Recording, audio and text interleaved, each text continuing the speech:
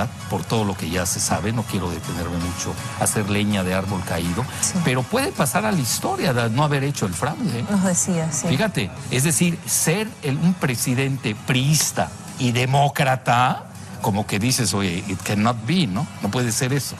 Y que le entregue el pase de mando a Andrés Manuel, eso va a ser histórico, nos guste o no. Y eso, mal que bien, hay que agradecérselos, ¿no? A quienes no pensaron en el fraude, que lo tenían en la agenda, ¿eh? No te creas que no la tenían en la agenda, no se les dio, porque realmente sí sintieron el tsunami generalizado de la población. Ahora, sí se requiere de una mayoría de Morena en la Cámara, porque si no, imagínate, vamos a entrar a la italianización de la política mexicana. No estamos acostumbrados a ello. México no es un sistema parlamentario. Venimos de sistemas muy verticales, donde el presidencialismo pesa mucho. Curiosamente, yo diría, el último presidente fuerte, que no fue fuerte al final, los 3 primeros años fue muy fuerte, fue Peña Nieto. Los 3 últimos años fue quizás uno de los presidentes más débiles. Fíjate, su cierre, su ocaso, su crepúsculo fue eminentemente débil, pero, te doy mi teoría geopolítica, por el error de haberle dado el tren bala a los chinos de la Ciudad de México a Querétaro. Yo creo que ahí Estados Unidos se la cobró. Por eso hay que ser muy cuidadosos con esto del Istmo de Tehuantepec, donde quieren poner inversiones exógenas. Hay que acoplarnos mucho con Estados Unidos, no chocar con ellos. No estamos ahora, y cosa que yo soy bravo, y soy crítico de Estados Unidos, pero soy realista y pienso también en la nación, no en mi bienestar personal, o en un capricho, o en un wishful thinking, lo que me gusta a mí, no. Tenemos que pensar en todo el país. Ve, por ejemplo, el mensaje que le manda el Bronco. No fue un mensaje bonito. No. Él es gente de Salinas. Sí. Fue un mensaje, yo diría, vil, muy vil, porque dice, no tiene la mayoría. ¿Salinas de Gortari? Bueno, de Salinas, sí, de Gortari. Es un invento, ni siquiera de Carlos, de Sergio, el hermano de Salinas. En México todos nos conocemos, Lucía. Más en la cúpula del poder, ahí todos nos conocemos. Yo no soy de la cúpula del poder, pero me dejan entrar de vez en cuando y salgo, me dejan irme a mi casa a dormir, por lo menos. A lo que quiero llegar es de que ese mensaje no fue nada halagüeño, o yo diría es un mensaje ominoso, porque ya el Bronco había lanzado 2 mensajes balcanizadores contra el sur. Dijo que los sureños, él viene de la región noreste, que hemos rescatado los mexicanos, porque no son empresarios eficientes, siempre los hemos rescatado, desde López Portillo, donde dice que los sureños, yo me considero sureño, somos flojos, parásitos, en esos términos. El Bronco traía un proyecto, o trae, no lo sabemos, porque no sabemos si regrese de gobernador a Nuevo León, trae un proyecto balcanizador, por eso no me gustó para nada su mensaje. Es más, me gustó el de Calderón, con eso te digo todo, en comparación al del Bronco. Ah, sí. Porque ahí de repente dice, no tiene la mayoría del país. Habría que decirle, espérate, todavía no está el recuento final. Y hablando de mencionamente la juventud jugó un papel decisivo, ¿no? Sí, lo que decíamos, ¿no? El 30% son millennials, y parece ser que fueron en forma masiva. Pues ellos son más permeables a lo que ellos definen como cambio.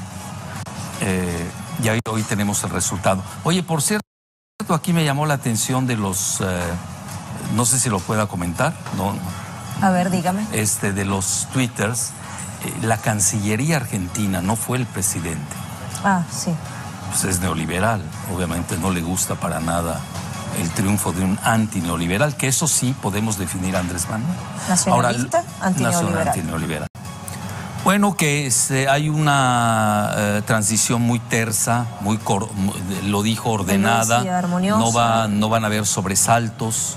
Hay que tener cuidado con los mercados, toda la cuestión financiera ya tiene su gabinete, incluso un grupo especial, ¿no? Doctor Alfredo Jalife, ya en la recta final de nuestra cobertura México Decide. A la tercera fue la vencida, ¿no? Así fue. Bueno, él había ganado la primera, no se la reconocieron. Le negaron la victoria. Claro. Por Fox, lo reconoce igual un expresidente del PRI. Mira, ahorita me llamó la atención en el Zócalo, ese era Andrés Manuel. El discurso del Hilton era para México, para el mundo, para los mercados. Sí. Hay dos palabras. Leído. Sí, leído, no puedes estar ahí claro. equivocándote. Dos palabras que son prácticamente lo mismo. No a las confiscaciones, no a las expropiaciones, porque había tenido él un ala jacobina trasnochada del siglo XVIII que no solamente pedía expropiar a los mega empresarios, nombró a dos, sino incluso les mentó la madre, un tal llamado Taibo, ¿no? Lo cual, pues, yo a veces critiqué esa parte diciendo, bueno, está bien, exprópialos, pero ¿por qué los tienes que insultar? Incluso estaba nominado a ser secretario de Cultura del gobierno de la Ciudad de México. Bueno, entonces, el discurso ya de Andrés Manuel en el Zócalo, yo hacía mucho que no escuchaba eso. Estaba escuchando un priista en la época de Echeverría, de López Portillo, los estaba escuchando, ya no de la época tecnocrática de los neoliberales. Se acordó de los obreros. ¿Quién se acuerda con los tecnócratas de los obreros, de los pensionados, de los estudiantes? Dijo gobierno del pueblo con el pueblo. Con el pueblo. Una frase muy... No habrá divorcio entre el gobierno y el pueblo. Y insistió mucho, no les voy a fallar. No les voy a fallar. Obviamente va a tener los ojos muy críticos. Todos los que votaron por él lo ven como la panacea, claro, de un México pues que está hecho añicos, hay que decirlo abiertamente, en todos los niveles. Las cifras, cuando uno las analiza en frío, son duras. Tiene una tarea por delante muy difícil. Tiene ganas de trabajar, se le nota. Decía que es un trabajador incansable. Él es incansable. O sea, él se duerme a las 10 y a las 5 de la mañana ya está despierto, ya está trabajando. No me gustaría formar parte de su gabinete porque yo me despierto a las 10 de la mañana. Ahí te citan a las 5 de la mañana y sí es una gente que los va a traer vigilados. Es que me parece que dijo un mando único y nos vamos a reunir periódicamente a las 6 de la mañana, creo. Sí, eso dijo a las 6. Sí, pero ahí va más que nada en la cuestión de seguridad. ¿Qué diario le iba a dedicar ese tema? Lo tiene como prioridad. Es evidente, nombró a quienes se van a hacer cargo de ciertas carteras específicas de transición y llamó la atención. ¿Algo que destacar de esos perfiles? ¿Cómo? ¿Algo que destacar de esos perfiles? No, muy esperados. La sorpresa fue en relaciones internacionales haber puesto a Marcelo Ebrard. Aunque él viene del Colegio de México de Relaciones Internacionales, tiene excelentes relaciones con Francia, con Villarraigosa del lado de California, que fue candidato del Partido Demócrata a gobernador, que perdió las primarias, y con Giuliani, que no hay que perderlo de vista, que es el abogado de Trump. Eso también pesa un poco. Marcelo Ebrard, por lo que veo, va a jugar un gran papel en las relaciones internacionales, junto a uno que fue embajador, Héctor Vasconcelos, fue embajador en Europa. Andrés Manuel lo estima, lo tiene, pero yo creo que el tener en complementariedad a Marcelo, que además conoce bien la política interna, es fundamental. Luego la política, dos mujeres, sí, a una ex magistrada, Olga Sánchez Cordero, asuntos políticos, y Tatiana Cloutier, que fue su portavoz en esa campaña y que se lleva muy bien con su esposa, con Beatriz Gutiérrez Müller, que la vi ahí más entusiasta que el mismo Andrés Manuel, levantaba los brazos, ahí estaban los tres hijos de la primera esposa y el segundo, y el hijo, el más chico, Ernesto Jesús, que es bueno decirle a la opinión pública por qué lleva ese nombre. Ernesto viene de Ernesto el Che Guevara y Jesús, pues, de Cristo. Es decir, esa es la mezcla en la que Andrés sí cree. Él tiene esa, pero por lo que veo es realista. Toda esa parte que él quisiera operar solo, se da cuenta que a veces no, una cosa es tener voluntad y otra cosa es y poder. Advirtió que hay cuestiones en las que no podrá ir tan rápido. Así es. Y también la cuestión de relaciones con Estados Unidos, que es en el anterior discurso lo aclaraba. No intervención, lo cual es, ustedes en Venezuela van a estar felices, ¿no? Con Videgaray, que se metía lo que no le importaba. El impacto, ¿no? De esa frase, vamos a retomar principios de respeto a la libre autodeterminación y la solución pacífica, pacífica. Ese es el discurso priista de siempre, pero es el viejo PRI, el PRI nacionalista. Lo que pasa es que hay dos PRIs, si podemos decirlo. El PRI nacionalista de Lázaro Cárdenas, la nacionalización del petróleo, y el PRI tecnocrático neoliberal que entrega el petróleo. ¿Cómo puede ser que dentro del mismo partido, nada más ve las fechas, tienes al icónico Lázaro Cárdenas general, así es, por eso pierde el PRI, se desfigura, se desconecta de la nación mexicana. Sí, mira, si tú me dijeras cómo titularía, nada más que serían 8 columnas muy largas, Tsunami electoral y triunfo de los millennials. Triunfo de los millennials. Es que México es un país, la mitad del país tiene menos de 30 años. Y salieron a votar los millennials que representaron el 30% de la votación. Yo creo que fue determinante. Ese sector etario de entre 18 y 25 años de edad, o 30. Mira, hay varias definiciones de millennials. Los Estados Unidos lo manejan de 1982 al 2000. Así que tienes de los 18 años, sácale la cuenta al otro, 2018 hasta ahora, ahí tienes. Giovanni se ríe. Sí, es que fundamental. Porque con eso... ¿Eso sí lo tendremos mañana a partir de las 8 de la mañana? Sí, por las tendencias. Lo que pasa es que ahorita toda la gente está clavada con el resultado presidencial. Claro. Prácticamente ni hemos hablado de las gubernaturas. Sí. 9 que estaban en juego, 9. Incluyendo la jefatura de Ciudad de México. Las 2 que estaban peleadas era la de Veracruz y Puebla. Las demás, las del sur, ya lo habíamos comentado, están prácticamente ganadas. Guanajuato igual está decidida. Sí. Yucatán estaba un poco en duda, quizás sea la única que descuelgue el PRI, pero va a marcar mucho la forma en manejarse. Por lo que sentí de Andrés Manuel, esa seguridad en su discurso, que es inusitado, ¿no? Que relance un condensado de programa desde el Zócalo, ¿no? Normalmente se festeja y ahí nos vemos, ¿no? Ahí dio el gabinete, habló mucho de la transición. Habló de las pensiones de las pensiones, un tema ya también conocido, etcétera. Seguramente en sus proyecciones ha de tener que, es probable que tenga mínimamente la mayoría en la Cámara de Diputados, lo cual le va a dar un gran margen de maniobra. Entonces, imagínate, va a tener un doble mandato, el mandato per se, más del 50%. Pocas veces visto en la fase moderna de la entrecomillada democracia en México, que vale la pena hablar de ello. Mira, hoy se mostró una gran civilidad que no habíamos visto hace mucho en México. Se daba entre el PRI y el PAN, esa civilidad, pero nunca se daba con un tercer partido de la oposición, como era en ese momento con Andrés Manuel, cuando dirigía al PRD y era el candidato del PRD, en coalición con el Movimiento Ciudadano del Partido del Trabajo, lo que se da con Fox. Fox llegó a ser verdaderamente un barbaján con Andrés Manuel. Incluso hasta la fecha le sigue llamando Lopitos. ¿Y esto nos hace pensar que hubo alianzas previas? No, bueno, entre el PRI y el PAN siempre se dio. Entonces la transición, no, contra Andrés, no, nunca lo dejaron, hasta le robaban la elección. Pero en este proceso. En esta, yo no pudiera decir, porque no tengo pruebas, pero sí te hablo de una tolerancia pacífica que se nota. Oye, vas a ir a ver, salió Peña Nieto a aceptar el triunfo de Andrés Manuel,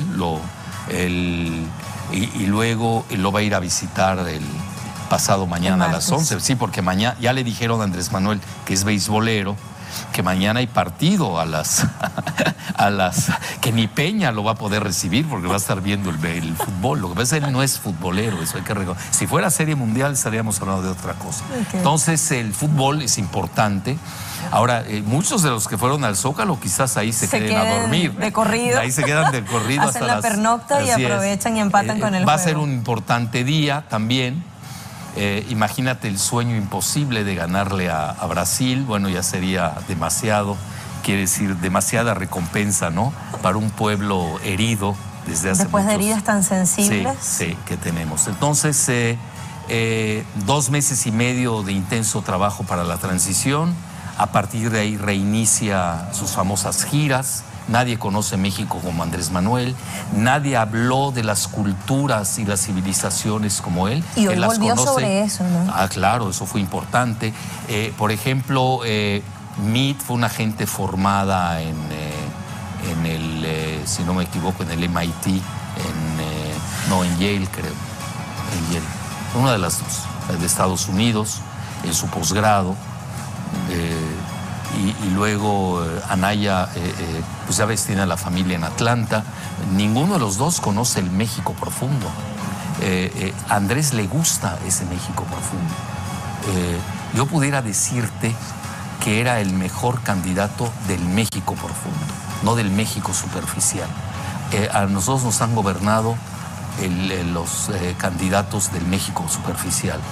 Eso fue Fox. En un artículo que era el candidato de la periferia de la periferia. ¿De quién, Andrés? Sí, así le definían. ¿Pero qué significa que eso? No era el candidato del centro, sino de la periferia de la periferia. En este artículo, por cierto, que tengo acá de Jesús Silva Herzog Márquez. No, pero él es hijo de un secretario de Hacienda del sistema, devaluador del peso mexicano. En México, te voy a decir algo muy grave, ¿eh? No sé si me lo permitas decir. Adelante. Lo voy a hacer benigno. En México, mientras más fracasados sean, más locuaces son, más hablan. No tienen el menor sentido de la vergüenza. Yo si hubiera tenido un padre como el que tiene ese Silva Herzog Márquez, no aparecería en público. Fue el gran devaluador del peso mexicano.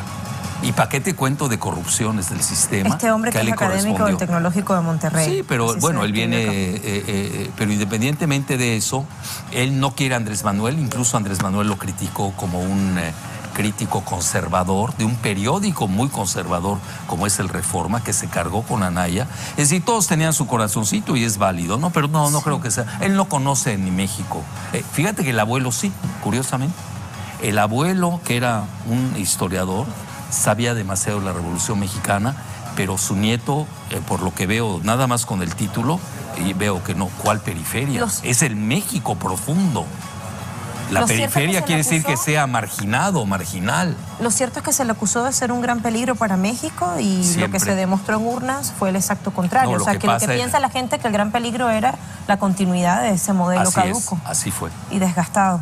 El peligro para México en estos momentos es el modelo neoliberal. Pero el modelo neoliberal está muerto. Mira, si te das cuenta, no es coincidente que el mismo Estados Unidos haya aceptado con Trump el triunfo de Andrés Manuel. Sí. Yo no hubiera visto esto, por ejemplo, no hubieron protestas de parte de Estados Unidos del fraude que se dio en México, que si alguien lo sabe es Estados Unidos, y no protestaron, porque les convenía la entrega del petróleo. Yo creo que hayan llegado a un punto de inflexión, un punto de quiebre incluso diría yo más, donde precisamente ya se dieron cuenta que los migrantes mexicanos, ya ves que dijo, ¿no? Les vamos a crear empleos para que vivan felices aquí, estén con su... y no estén inmigrando. Es un mensaje que sí le llega a Estados Unidos. Pero más que nada, la gente se fue de México porque son refugiados económicos, así como tú tienes refugiados políticos que van en búsqueda de la libertad. El mexicano que emigró lo hizo porque es un refugiado económico que no tenía libertad económica en su país, que no se la daba a este modelo tan atroz y depredador. Entonces yo creo que eso es importante. Andrés Manuel llega en el momento preciso. ¿Promete que eso va a cambiar? Bueno, al menos esa parte sí. Mira, yo no te puedo prometer por él. No, que promete él. Él lo promete, sí, bueno, ojalá. Eso porque tampoco le conviene a Estados Unidos este ritmo de migración, pero además la otra migración que viene de Centroamérica a su vez, que es producto de las intervenciones de Estados Unidos en sus guerras en Centroamérica. Eso tampoco hay que olvidar. Hay una causa. Es como los migrantes de Europa. ¿A qué se deben los migrantes de Europa? Pues a las guerras que libra la OTAN, Estados Unidos, Francia y Gran Bretaña, en Libia, en Siria, en Afganistán, en Somalia, y ahí van a emigrar, pues ¿a dónde van a ir? no van a emigrar al sur del sur. Ahí sí se manejaría yo la periferia de la periferia. Doctor Jalife, ha sido una larga noche, muy interesante, se despeja la incógnita. Giovanni se suma acá a este rincón del estudio. Un placer realmente haber compartido. Giovanni. México decidió y de qué manera. Tenemos resultados preliminares apenas, el boletín oficial con tendencia irreversible mañana temprano. Hoy temprano. Hoy temprano, dentro de muy poco. Y yo voy a estar por acá para ver esos resultados también muy de cerca. México decidió, usted también ha estado muy al pendiente junto a nosotros. Hemos vivido una jornada realmente espectacular y única. Se dice en redes sociales fundamentalmente que estamos viviendo momentos de sorpresas hechas realidad. Hemos vivido una de ellas. Y a propósito del nombre de la coalición, por allí rueda esa frase: juntos estamos haciendo historia. Los seguidores de Andrés Manuel López Obrador, que ya los vimos, están en la calle celebrando este triunfo. Llegamos al final. Llegamos al final. México decidió, ya vimos cómo. Muchísimas gracias al doctor Alfredo Jalife por habernos acompañado. Un placer estar estas 7 horas ininterrumpidas de transmisión. A Giovanni Noguet, Lucía Córdoba, nos despedimos. Oye, 5 horas, 7 horas. Sí, bueno, tú y yo. Horas. Usted también con nosotros. Yo no me di cuenta, imagínate qué tan buena entrevistadora eres. Muchísimas gracias. Tuitero y bueno, aquí estamos, hicimos lo que pudimos. Nos vamos, hasta la próxima. Continúen siempre con Telesur. Espero les haya gustado. No olviden suscribirse, dejar su like y comentario. Yo soy Mistiliaro y hasta el próximo video.